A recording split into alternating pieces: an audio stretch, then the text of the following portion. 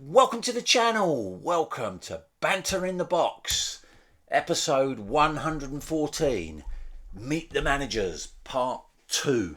It's the second episode of our annual Meet the Managers series. Last week, we met the lowest 8 managers in the Family Fantasy Football League, cruelly dubbed by some of you as the no-hopers. And this week, we'll meet the next 8 managers in the Family Fantasy Football League, and the season is warming up nicely. The pre-season friendlies have started. The players are all back in pre-season training. I even noticed this week that the Champions League kicked off, though obviously no Premier League sides involved in those early preliminary rounds. And things are heating up in the Family Fantasy Football League as well. In this week's edition of Banter in the Box, I've got Cry Me a River. One of our managers was incensed by last week's episode of Banter in the Box and made me aware of just why he was so upset. I'll be sharing that. And then we've got those next 8 managers, cruelly dubbed by some of you as the also-rans. These 8 managers are going to probably spend the season in mid-table obscurity. A top half of the table finish would be considered successful for them. And we've got a manager of the season update. Did anyone get last week's quiz question correct? All will be revealed. So without further ado, Cry Me a River. Now, last week, I introduced you to our only debut manager this season, Jordan Jenkins, and I explained that the reason Jordan was the lowest ranked manager in the Family Fantasy Football League was because he was the only debut manager, and debut managers typically struggle in their first season in the Family Fantasy Football League. And I explained how one of the outliers to that was Niall Ponsford, who in his debut season last year finished second. That's very unusual. Normally, debut managers struggle. Well, I had an email from none other than an FFFL veteran, Sashhammers FC manager Wayne Robinson, and Wayne said, yet another cammy moment then. Unbelievable, Jeff. Read debut managers at 6 minutes of the Banter in the Box part 1. No one, in capitals, remembers a runner-up. There I was listening, thinking, oh yes, here we go. A big up to me for winning the league in my debut season way back then. But no, some bloke who has the name of a river gets mentioned. Is there a River Ponsford? I can't believe it. You'll never know how honoured I was that year. I still polished the winner's medal as you'd expect an FFL veteran should. Yet some newbie gets the shout out. Well, I'd love it, just love it, to get another title to my name. Game on. Well, it's been a long, long time, Wayne, since you last won a Family Fantasy Football League title. And you are right, you did win the league in your debut season way back when.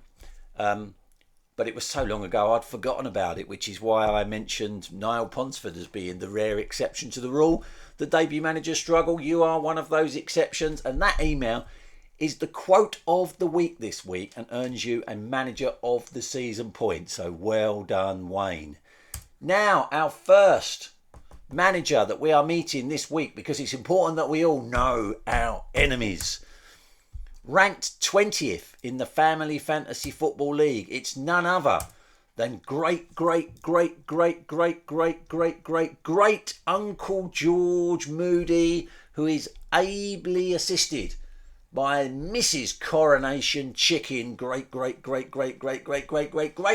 Auntie Jill Moody. Team name Clockhouse Rangers, 27 previous seasons in the Family Fantasy Football League. Reached the Cup final in 1998 and 2006. Beaten finalist on both occasions. Has had 3 Manager of the Month awards, but has also picked up the wooden spoon on 2 occasions. In his debut season, which isn't unusual, back in 1997, and got the wooden spoon for the second time last season in 2023. Maybe a little bit controversial that George is not ranked amongst the no-hopers, but he has finished as high as 9th way back in 1999 and in 2012. So hence his ranking is just pushed up a little bit. George is normally hamstrung by the fact that he has an uncanny knack of picking perfectly healthy players who, as soon as he selects them, instantly sustain a long-term injury. And that is the curse of George. He'll be looking to avoid a joint record 3rd wooden spoon win this year. And he told me at the end of season presentation awards that this is going to be his year. But then in fairness, George says that to me every year. Ranked 19th in the Family Fantasy Football League, it is none other than your FFFL Chancellor, Joe Hoxby. Team name Lyndon's Lovelies. She's been in the Family Fantasy Football League every single season and won the league title way back in 1999. She was also a league runner-up the 2 years prior to that, in 1997 and 1998. And she won the cup in 1998. Went very close to doing a rare league and cup double. She was the manager of the season in 2021. She also got the golden boot in 1999. The most weekly wins in 2017. And she's had one Manager of the Month award, but the reason she's ranked as low as 19th is because she's won the wooden spoon on 3 occasions: 2003, 2005, 2007. In fact, something happened around the millennium, because Joe used to be excellent in the Family Fantasy Football League in the first few seasons in the late 90s, but since this millennium, other than that most weekly wins in 2017 and the manager of the season title in 2021, she's really not done anything, and will probably be happy with mid-table obscurity this season. Does hold, unfortunately, the record for the joint highest number of wooden spoon wins with 3. Ranked 18th, manager Di Maloney.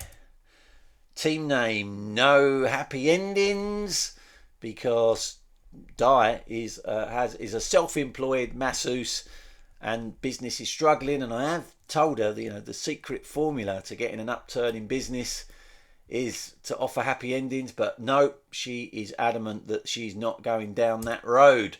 3 previous seasons in the Family Fantasy Football League, and she was the FFFL runner-up in 2022. And she got the most weekly wins that season. And Di has picked up a Manager of the Month award. But other than being the runner-up in 2022 in the other 2 seasons, she has struggled. So I suspect Di is going to be forever labelled a one-season wonder. Prove me wrong, Di. Ranked 17th in the Family Fantasy Football League, it's Mops Hoxby. Team name I've Got a Life. One of 5 managers who have competed in every single season of the Family Fantasy Football League. Of those 5, Mops is the only one never to have won a league title. She was runner-up in the league back in 2008, came very close, and she's been a cup winner on 2 occasions in 2005 and 2015. She was also the Golden Boot winner in 2020, got the most weekly wins in 2010 and 2015, scored the highest weekly total in 2009, and has had 5 Manager of the Month awards. This is going to be your season, Mops. I can feel it in my water. Although Mops has vowed not to select Erling Haaland this season. That's a brave move if that is the road that Mops goes down. But never one to conform with the norm. Mops is determined to try and win the league without last season's highest scoring player. Ranked 16th best manager in the Family Fantasy Football League. It's none other than Pops Hawksby. Fallen down the rankings this season, the manager of Gobi Desert Canoe Club competed in every single season of the Family Fantasy Football League and won the title back in 2016. Was the runner-up on 3 occasions, 2004, 2009 and 2010, and has won the cup on 3 occasions, which is a joint record. 2000, 2002 and 2009. Was the runner-up in 2003 and 2010. Won the Golden Boot way back in 1997. Scored the most weekly wins in 1997 and 1999. Scored the highest weekly total in 2003 and 2010. And has won 5 Manager of the Month awards.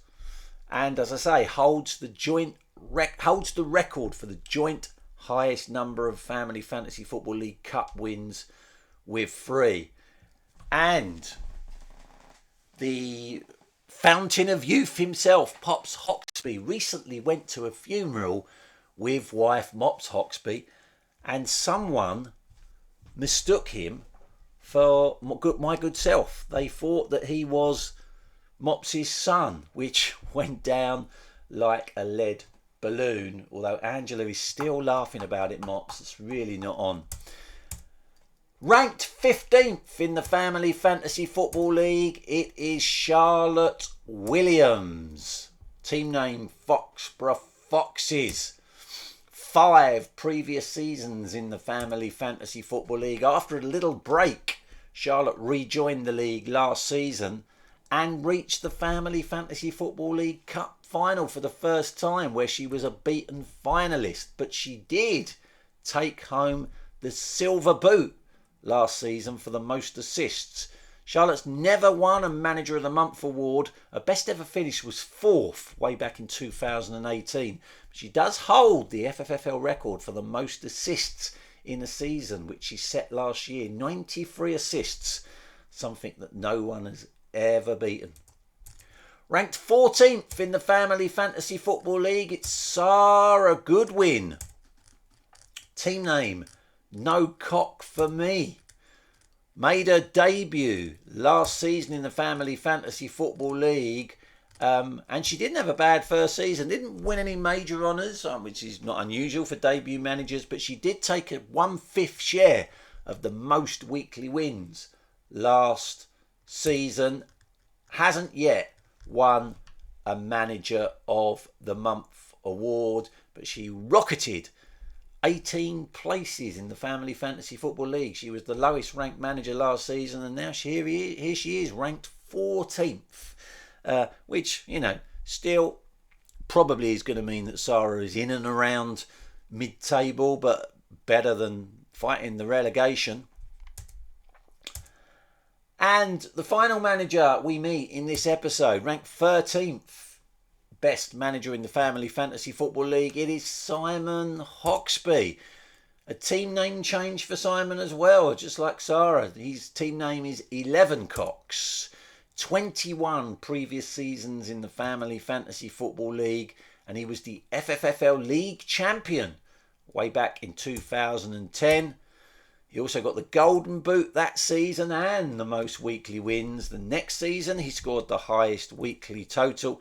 Simon's had an impressive 5 Manager of the Month awards, and he is the current Manager of the season, which means he has £15 million to spend on free tactical gambits, which may give him an edge. Well, should give him an edge. May mean that he is pushing for a second ever Family Fantasy Football League title. We will see. Now, last week's quiz question: in the 29-year history of the Family Fantasy Football League, how many different managers have competed? 5 managers had a go. Angela Addis thought the answer was 64. Niall Ponsford went for 67. Sarah Goodwin went for 78. And Mark Benwell and Neil Hatch both thought the answer was 100. Well, I can reveal that Jordan Jenkins, the only debut manager this season, became the 100th manager to compete in the Family Fantasy Football League. Well done, Mark. Well done, Neil. Bang on one manager of the season point to both of you. And this is the manager of the season table currently, and it's Mark Benwell, a crowned manager of the season on 2 previous occasions, and he's gone into the early lead, broken away from the pack. Neil Hatch and Wayne Robinson joining the board. There's a whole heap of managers in joint second just because they turned up at the end of season presentation awards.